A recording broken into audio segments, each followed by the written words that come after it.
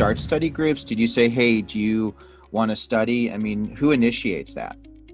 Yeah, well, I know in my case, my RA was very helpful enough to put out a billboard thing and had classes that are standard for a lot of freshmen to take, and people would write down their names based on what classes, like if they were taking that class, so then you could like reach out to them yourself. So because she kind of like gave us a leg up on that, what I would do is if I saw someone's name, I would just go like knock on their door and ask if they like how they were doing and like if they had started the homework, and if they hadn't, maybe we could like do it together. I think the easiest way for me doing that was just asking people like in lecture, like in my smaller labs in my case, just like, oh, when are you doing your homework? Like, let's do our homework together type of deal. Because like how I felt in my major, like I always look for assistance and stuff. And I'll even... weird though? Is it like, if you're like, hey, you know, when are you studying? And you're talking to someone, do they think you're hitting on them? Do they think like, I mean, how do you do it so it's not weird?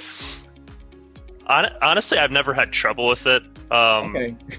I think everyone's on the same boat, that they just like wouldn't mind having help like doing their homework. And right, so you just talk. I'm kind of hitting this a little harder just because I think, especially given the circumstances of having distance learning or online learning, you know, there's going to be this thing, if I'm on campus, I want to form some type of study group, and I have to take the initiative to be like, hey, we're going to meet here and here, and you know, just kind of understanding the nuances, or even giving newer students just kind of a how-to.